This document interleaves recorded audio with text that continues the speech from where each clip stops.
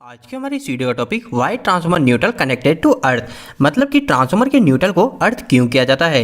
दोस्तों आज का यह टॉपिक सभी इलेक्ट्रिकल के स्टूडेंट के लिए काफी ज्यादा इंपॉर्टेंट है, क्योंकि इस तरीके के सवाल आपसे कई बार इलेक्ट्रिकल के इंटरव्यू में भी पूछे जाते हैं और साथ ही साथ आपके प्रैक्टिकल पॉइंट ऑफ व्यू से भी काफी ज्यादा जरूरी है। तो अब आखिर इस सवाल का सही जवाब क्या है और हमको इलेक्ट्रिकल के इंटरव्यू में क्या जवाब देना है, वही आज की इस वीडियो के अंदर हम जान लेंगे। तो वीडियो को स्टार्ट कर लेते हैं। दोस्तों वीडियो के स्टार्टिंग में सबसे पहली चीज मैं आपकी यह क्लियर करना चाहता हूँ कि हम जो ट्रांसफॉर्मर के न्यूट्रल को अर्थिंग करते हैं उसको हम अर्थिंग नहीं बोल सकते हैं, उसको अर्थिंग बोलना पूरी तरीके से गलत है। ट्रांसफॉर्मर के न्यूट्रल को जो अर्थ किया जाता है उसे हम ग्राउंडिंग के नाम से जानते हैं। यहाँ पर हम काफी टाइम जनरल वे में उसे अर्थिंग बोल देते हैं, लेकिन ये गलत है। ट्रांसफॉर्मर के न्यूट्रल को जब अर्थ किया जाता है तो उसे हम ग्राउंडिंग बोलते हैं। अर्थिंग और ग्राउंडिंग में क्या अंतर होता है इसके ऊपर मैंने ऑलरेडी एक डिटेल वीडियो बना रखा है। अगर आप वह वीडियो देखना चाहते हो तो वो वीडियो आपको इसी वीडियो के एंड स्क्रीन में मिल जाएगा, आप वहां से वीडियो देख सकते हैं। अब इसके बाद में नेक्स्ट हम यह जान लेते हैं कि आखिरकार ट्रांसफॉर्मर के न्यूट्रल को ग्राउंडिंग क्यों किया जाता है। तो दोस्तों ग्राउंडिंग करने के पीछे का जो रीजन है वो काफी ज्यादा सिंपल है, लेकिन इसके जवाब को घुमा फिरा के काफी ज्यादा कॉम्प्लिकेट कर दिया जाता है। अगर मैं आपको इसको आसान शब्दों में बताऊं तो इसके लिए आपको सबसे पहले 1 मिनट स्टार और डेल्टा क्या होता है यह समझ में आना चाहिए। दोस्तों अब मैं यहाँ पे अगर स्टार डेल्टा बोल रहा हूँ तो इसका मतलब वही सिंपल सा स्टार डेल्टा है जो कि हम मोटर के कनेक्शन करते समय ध्यान में देते हैं। हम सभी को पता है मोटर के अंदर हमारे टोटल 6 टर्मिनल होते हैं। जब हम हमारी मोटर को स्टार में चलाते हैं तो हम क्या करते हैं, इधर के 3 पॉइंट को शॉर्ट कर देते हैं और इधर हम हमारी RYB सप्लाई दे देते हैं। लेकिन जब हम हमारी मोटर को डेल्टा के अंदर रन करते हैं तब हम क्या करते हैं, हमारी मोटर के जो 6 टर्मिनल है इसके अंदर हम इस तरीके से इसको शॉर्ट करते हैं और बाद में हम यहाँ से इसमें R, Y और B दे देते हैं। अब दोस्तों यह जो हमारा स्टार और डेल्टा का कनेक्शन है ना, सेम इसी तरह कनेक्शन हमारे ट्रांसफॉर्मर के अंदर भी किया जाता है। इसके अलावा आपको एक बात यह भी ध्यान रखनी है कि जब भी हम न्यूट्रल का नाम लेते हैं तो यह न्यूट्रल हमेशा हमारे स्टार पॉइंट से ही हमें मिलता है। अभी आखिर ये न्यूट्रल कैसे मिलता है पहले हम इसको जान लेते हैं और उसके बाद में हम यह जानेंगे कि आखिरकार ट्रांसफॉर्मर के न्यूट्रल को ग्राउंड क्यों किया जाता है। तो दोस्तों हम सभी को पता है हमारा जो ट्रांसफॉर्मर होता है, इस ट्रांसफॉर्मर के अंदर हमारे टोटल 2 वाइंडिंग होती है। एक के अंदर हम हमारे हाई वोल्टेज को लाके कनेक्ट करते हैं, यहाँ पे मैंने जैसे 11 kV हाई वोल्टेज लाके कनेक्ट कर दिया। लेकिन जो दूसरी साइड होती है यहाँ पे हम जो कनेक्शन करते हैं वो हम स्टार में करते हैं। स्टार में क्यों करते हैं, ताकि हमको न्यूट्रल भी मिल जाए। अब दोस्तों यह जो न्यूट्रल होता है ये न्यूट्रल हमें कैसे मिलता है, तो दोस्तों सिंपल सी बात है, हमारा जो ट्रांसफॉर्मर होता है उसके अंदर टोटल 3 वाइंडिंग की जाती है। ये हो गई नंबर 1 वाइंडिंग, इसके अलावा ये हो गई हमारी नंबर 2 वाइंडिंग और ये हो गई हमारी नंबर 3 वाइंडिंग। अब ये जो तीनों वाइंडिंग है, इन तीनों वाइंडिंग के एक एक सिरे को शॉर्ट कर दिया जाता है आपस में।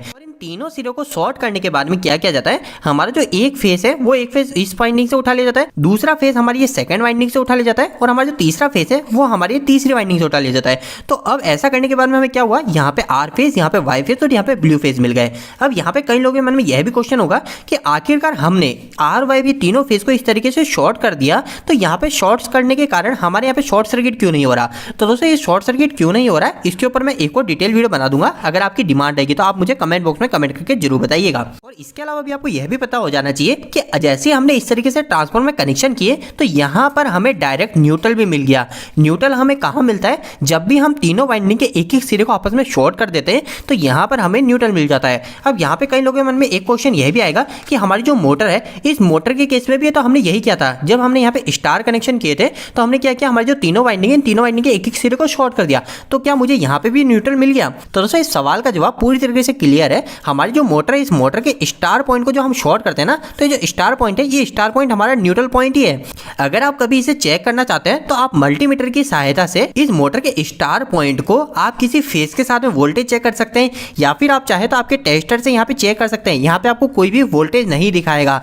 और तो और दोस्तों यह जो स्टार पॉइंट होता है ना, इस स्टार पॉइंट में कभी आपको करंट भी नहीं लगेगा। क्यों नहीं लगेगा, क्योंकि ये तो हमारा एक न्यूट्रल पॉइंट है। तो यह जो मोटर का पॉइंट है यह मैंने आपको इसलिए बताया ताकि आप इसे कभी जिंदगी में भी ना भूलें। आपको सिर्फ एक बात यह ध्यान रखनी है कि जब भी न्यूट्रल की बात आती है तो न्यूट्रल हमेशा हमारे स्टार पॉइंट से ही मिलता है। तो दोस्तों यहाँ तक तो आपको कई सारी बातें पूरी तरीके से क्लियर हो गई होगी, लेकिन आगे बढ़ने से पहले हम 1 मिनट आज के इस वीडियो के स्पॉन्सर को धन्यवाद देना चाहेंगे, जो कि अनअकैडमी एजुकेशनल प्लेटफॉर्म है। दोस्तों अनअकैडमी इस वीडियो के माध्यम से यह बताना चाह रहा है कि जो भी स्टूडेंट गेट 2022 और 23 को ध्यान में रख के आगे की स्टडी कर रहे हैं उन सभी के लिए अनअकैडमी ने स्पेशल बैच को स्टार्ट किया है। इस बैच के अंदर पार्टिसिपेट करने वाले स्टूडेंट को इंडिया के टॉप एजुकेटर के द्वारा गेट की तैयारी कराई जाएगी। यह इंडिया के टॉप एजुकेटर गेट को क्लियर करने के लिए आपको बेहतरीन स्ट्रेटेजी, इसके अलावा कई सारे प्रैक्टिस क्वेश्चन के साथ में आपको काफी इंपॉर्टेंट टिप्स एंड ट्रिक्स भी बताएंगे। और इन सभी के साथ में सबसे महत्वपूर्ण चीज कि जो भी हमारे कॉन्सेप्ट है उस कॉन्सेप्ट को बिल्कुल डिटेल में एक्सप्लेन करेंगे। तो दोस्तों आप में से कोई भी स्टूडेंट गेट 2022-2023 का वन स्टॉप सॉल्यूशन चाहता है तो उनके लिए इसी वीडियो के डिस्क्रिप्शन बॉक्स में लिंक दिया गया है जिसकी मदद से इस कोर्स को इनरोल किया जा सकता है। और आखिरी के अंदर मैं आपको यह भी बता दूं कि यह जो कोर्स है यह कोर्स हिंदी और इंग्लिश दोनों के अंदर पूरी तरीके से कवर किया जाएगा। तो कोई भी स्टूडेंट इसे इनरोल करना चाहता है तो वीडियो के डिस्क्रिप्शन बॉक्स में उसे लिंक मिल जाएगा। तो दोस्तों इन सभी के बाद में हम वापस हमारे टॉपिक के ऊपर आ जाते हैं। हमने अभी तक यह जान लिया है कि हमें जो न्यूट्रल है वो न्यूट्रल हमें किस तरीके से मिला है, लेकिन अब नेक्स्ट क्वेश्चन यह आता है कि आखिरकार इस न्यूट्रल को अर्थ क्यों किया जाता है। तो दोस्तों देखिए ट्रांसफार्मर के न्यूट्रल को अर्थ करने के जो पीछे का रीजन है, मतलब कि ट्रांसफार्मर के न्यूट्रल को जो ग्राउंडिंग किया जाता है वह सबसे महत्वपूर्ण सिर्फ एक यही है कि हमारा जो न्यूट्रल है ना, इस न्यूट्रल के जो वोल्टेज है वो पूरी तरीके से जीरो बने रहे। लेकिन अब सवाल यह आता है कि आखिरकार हमारा जो न्यूट्रल होता है इस न्यूट्रल के वोल्टेज जीरो से बढ़ कैसे जाते हैं। कभी कभी आप देखेंगे कि यहाँ पे जो वोल्टेज है जीरो की बजाय यहाँ पे ज्यादा आ गया है। तो अगर यह न्यूट्रल का वोल्टेज जीरो से ज्यादा बढ़ जाता है तो हमारे इलेक्ट्रिकल सिस्टम में काफी सारे फॉल्ट बढ़ जाते हैं। लेकिन आखिर ये बढ़ता क्यों है, तो इसके पीछे का रीजन क्या है। तो दोस्तों इसके पीछे का रीजन है हमारा अनबैलेंसिंग लोड। अब आप में से कई लोग बोलेंगे कि आखिरकार अनबैलेंसिंग लोड क्या होता है। तो दोस्तों हमारे इलेक्ट्रिकल सिस्टम में दो तरीके के लोड होते हैं, एक होते हैं हमारे बैलेंसिंग लोड और एक होते हैं हमारे अनबैलेंसिंग लोड। ये बैलेंसिंग और अनबैलेंसिंग काफी सिंपल सी चीज है। इन दोनों में क्या सिंपल सा अंतर है, तो अंतर सिंपल सा यही है कि जैसे कि हमारा आर फेस है और येलो फेस और ब्लू फेस है, इन तीनों के अंदर जो करंट फ्लो हो रहा है वो हमारे बराबर मात्रा में फ्लो होना चाहिए। जैसे कि मान लीजिए कि हमारा आर फेस में अगर 25 एम्पियर करंट फ्लो हो रहा है तो येलो फेस में भी हमारा 24-25 एम्पियर ही करंट फ्लो होना चाहिए और ब्लू फेस में भी हमारा 24-25 एम्पियर ही करंट फ्लो होना चाहिए। लेकिन कभी कभी क्या होता है हमारे सिस्टम के अंदर अनबैलेंसिंग लोड हो जाता है। अनबैलेंसिंग लोड के कारण क्या होता है, हमारे आर फेस के अंदर तो 25 एम्पियर करंट फ्लो हो रहा है, लेकिन येलो फेस के अंदर हमारे 25 एम्पियर की जगह हमारा 20 एम्पियर करंट फ्लो लग गया। ब्लू फेस के अंदर हमारा 20 की जगह यहाँ पे 23 एम्पियर 22 एम्पियर करंट फ्लो लग गया। तो यह जो करंट है यह करंट हमारा अनबैलेंसिंग करंट है। अब दोस्तों जब भी यह हमारे सिस्टम में अनबैलेंसिंग की कंडीशन आती है तो इस कंडीशन के कारण हमारा जो न्यूट्रल है ना, इस न्यूट्रल के अंदर भी हमारी करंट की मात्रा आ जाती है। अगर मैं आपको इसे सिंपल तरीके से बताऊं तो सिंपल सी बात ऐसी है, जैसे कि मान लीजिए हमारा आर फेस के अंदर 25 एम्पियर है, येलो फेस में 25 एम्पियर करंट है और ब्लू फेस में 25 एम्पियर करंट फ्लो है। तो इस कंडीशन में आप ट्रांसफार्मर के न्यूट्रल में जाके करंट को मेजर करोगे, एम्पियर को मेजर करोगे तो यहाँ पे आपको 0 एम्पियर दिखाएगा। लेकिन जब अनबैलेंसिंग की कंडीशन आ जाएगी, जैसे कि 25 ampere 20 ampere 23 ampere current flow होने लग जाएगा, तो यहाँ पे जो न्यूट्रल का एम्पियर है यहाँ पे भी कुछ एम्पियर आ जाएगा। जैसे कि मान लीजिए 2 एम्पियर या 5 एम्पियर, इस तरीके से कुछ एम्पियर न्यूट्रल में भी आने लग जाएगा। यह हमारे न्यूट्रल में कितना एम्पियर आएगा इसकी भी एक कैलकुलेशन होती है। अगर आपकी डिमांड रहेगी तो मैं इसके ऊपर भी एक वीडियो बनाऊंगा, आप मुझे कमेंट बॉक्स में कमेंट करके जरूर बताइएगा। अब दोस्तों कई लोग बोलेंगे अगर हमारे न्यूट्रल में 2-5 एम्पियर करंट फ्लो हो भी जाता है तो हमें उससे क्या प्रॉब्लम है। तो दोस्तों प्रॉब्लम हमें कुछ भी नहीं होने वाली, तब तक नहीं होने वाली जब तक हमारा जो न्यूट्रल है ना, इस न्यूट्रल को हमने यहाँ पे अर्थिंग दे रखी है, मतलब कि न्यूट्रल को हमने ग्राउंडिंग कर रखा है। लेकिन अगर आपने आपके न्यूट्रल को ट्रांसफार्मर के यहाँ पे ग्राउंडिंग नहीं कर रखा होगा ना तो काफी बड़ी प्रॉब्लम हो जाएगी।